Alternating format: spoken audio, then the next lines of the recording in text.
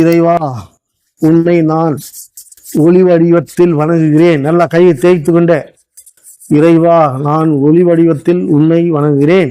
என்னுள் இருப்பதை நீ ஒளி வடிவத்தில் என்னுள் இருப்பதை உணர்கிறேன் அப்படின்னு சொல்லி இப்படி கண்ணில் வச்சுக்கிட்டு இந்த கை ரெண்டையும் நம்ம கண்ணை திறந்து உள்ளங்கையை பார்க்கறது.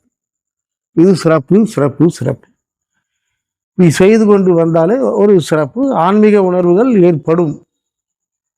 எந்த நேரமும் இறைவனை நினைத்து கொண்டு இருப்பது என்பது சிறப்பு தான்.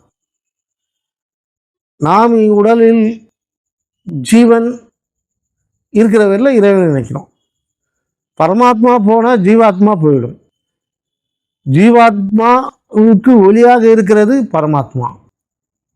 எப்போ பரமாத்மா போகுதோ அப்போ அந்த ஜீவன் அதனுடைய ஒளி சக்தியை இழந்து மரணத்தை நோக்கி பயணிக்கிறது. நல்லா கவனிக்கணும்.